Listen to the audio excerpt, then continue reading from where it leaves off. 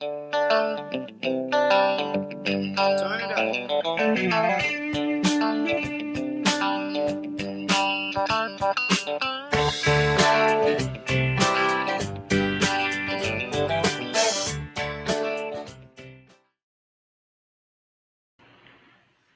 E aí, pessoal, tudo bem? Bora lá para mais uma videoaula aqui comigo, tá bom? Tema de hoje, preço, ok? Estratégias de preço. Então, sem mais delongas, bora lá. Dá só uma olhada nessa tabela aqui. Você precisa sempre trabalhar com alguns elementos mais do que simplesmente pensar em lucro. Então, avalia comigo aqui. Eu tenho no eixo Y a qualidade do produto, eu tenho no eixo X o preço desse produto. Pensa comigo aqui o seguinte: se eu tenho um produto de altíssima qualidade, eu vou colocar um preço alto, isso é preço premium. Agora, se o meu produto tem uma qualidade média e o meu preço é alto, eu estou trabalhando com preço excessivo. Agora, se o meu produto tem uma baixa qualidade e eu estou trabalhando com preço alto, isso é um assalto. Ok? Agora vamos analisar no outro eixo. Se eu tenho um produto de qualidade alta e o meu preço é médio, eu estou trabalhando então com um produto que entrega alto valor para o cliente. Se eu tenho um produto de qualidade alta por um preço baixo, eu estou entregando um super valor. Eu estou literalmente deixando dinheiro na mesa. Ok? Agora vamos entender aqui outras variáveis. Se eu tenho um produto de qualidade média e de preço médio, eu tenho valor médio. Se o meu produto tem uma qualidade média e o meu preço é baixo, eu estou entregando um bom valor. Se o meu produto é ruim, tem uma qualidade baixa, e eu estou entregando um preço médio, eu estou dando uma sensação de falsa economia. Agora, se eu tenho um produto de qualidade baixa por um preço baixo, isso é economia. Ok? Então, olha só essas variações aqui. Ó. Se você vem nos quadrantes verdes, você ou prefere qualidade, ou prefere preço, ou o melhor dos dois.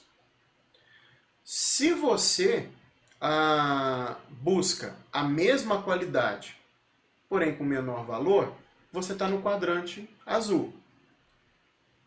Agora, quando você está passando a perna nos seus clientes mesmo, aí você está falando de qualidade inferior e a gente cobrando mais, tá? Isso é roubo, ok? Vamos lá.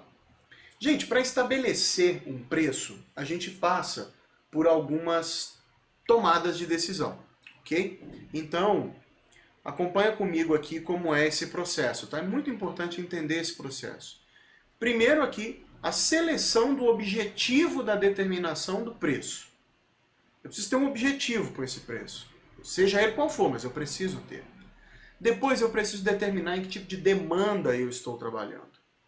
Logo, eu preciso pensar em custos. E eu também preciso avaliar os meus competidores.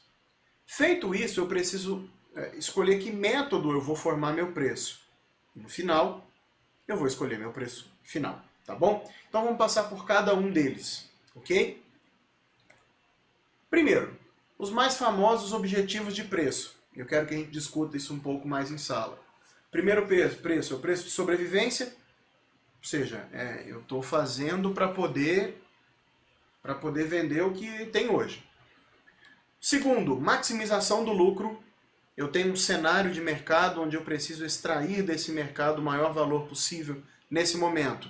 Eu vou maximizar lucro. Maximização da participação de mercado. É um momento onde eu ofereço preço para poder conquistar mercado. Então, eu perco dinheiro, mas eu ganho mercado. E eu posso trabalhar com o desmatamento máximo do mercado. Eu crio meu produto e já de início sei que eu darei vários descontos e vou diminuir o preço desse produto, tá? Para poder conseguir aí tirar o máximo do mercado. Eu quero discutir exemplo por exemplo disso aqui em sala com vocês, tá bom?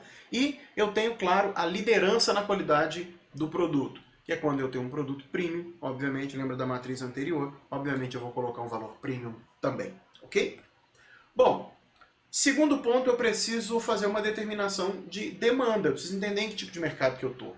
Então, que tipo de sensibilidade a preço, essa estimativa dessa curva de demanda e essa elasticidade. Então, olha comigo aqui embaixo. Pensa que eu tenho no eixo X a quantidade demandada por período e eu tenho no eixo Y o preço.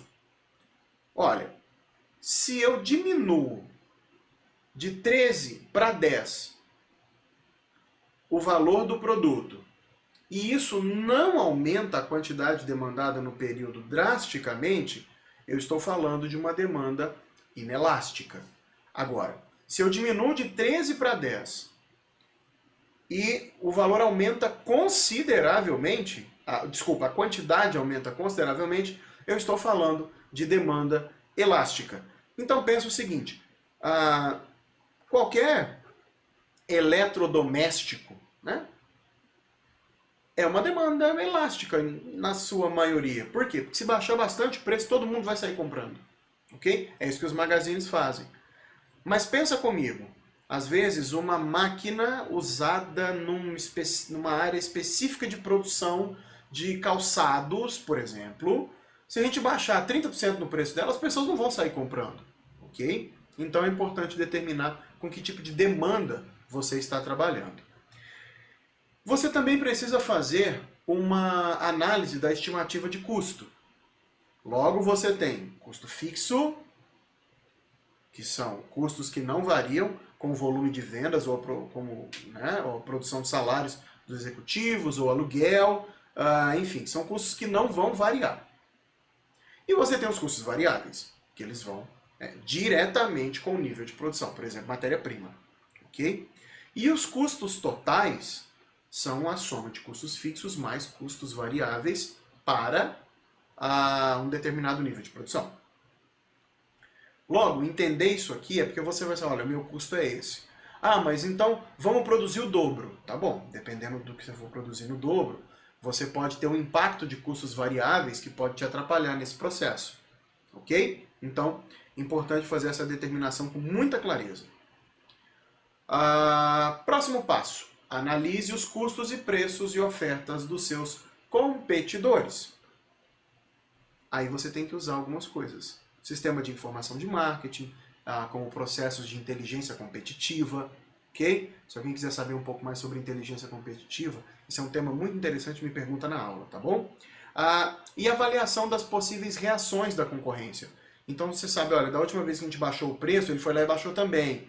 A gente subiu o preço, ele não mexeu nada no dele. Então, isso são fatores muito importantes para você determinar aí como que é o custo, o preço e a oferta dos competidores. Aqui, inclusive, contrate pessoas de outras empresas para poder determinar o custo. Ok? Vamos conversar que é bem legal disso. A seleção de um método de determinação de preços. Aqui a gente tem uma tabelinha que vai deixar as coisas um pouco mais claras. Então são os 3 Cs. O que são esses 3 Cs? Custo, competidor, consumidor. Vamos lá. Se eu tenho um modelo de preço baixo, eu não tenho nenhuma possibilidade de lucro nesse preço, ok? A não ser que eu trabalhe em custo, tá bom? Ok? Então, quanto mais focado em custo eu estou, mais aqui eu estou focado em preço baixo. Aqui na coluna do meio, eu olho para os preços dos competidores e o preço dos produtos substitutos. E a partir daí é que eu vou então determinar o meu preço. Então, exemplo, né? Gasolina em Uberlândia. O preço é igual. Todo mundo determina o preço igual de todo mundo. Ok?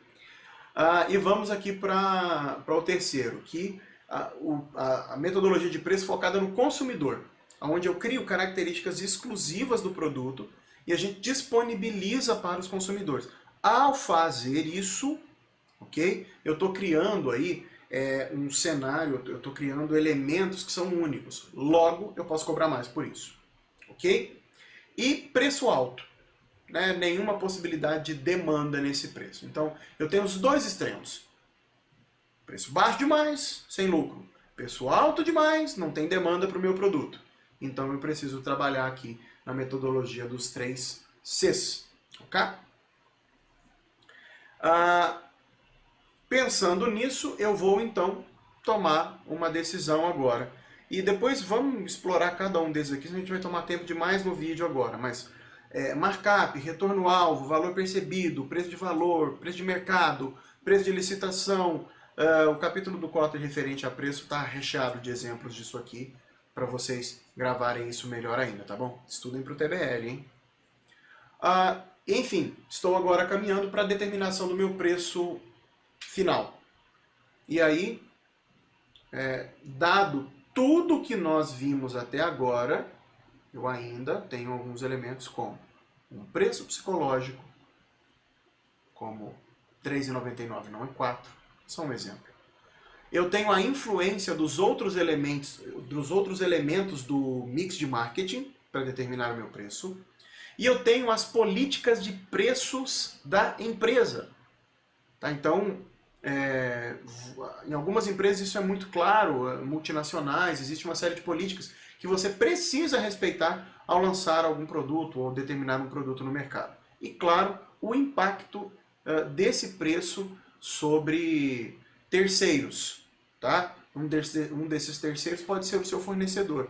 Pode ser que você compre um produto dele, coloque barato demais no mercado e ele vai te ligar porque ele fornece isso para outras pessoas e você se tornou um ofensor do produto dele, tá bom? E vamos lá. Olha bem para isso aqui e não se esqueça que preço precisa ser rentável para a empresa e viável para o cliente. Se não for rentável para a empresa, esquece. Se não é viável para o cliente, esquece. Tá bom? E, por último aqui, já caminhando para o final desse nosso bate-papo, às vezes você precisa adequar o preço. Por quê? Você determinou, você planejou, você pensou, mas existem cenários, existem coisas que você precisa adequar. Vamos falar de alguns aqui.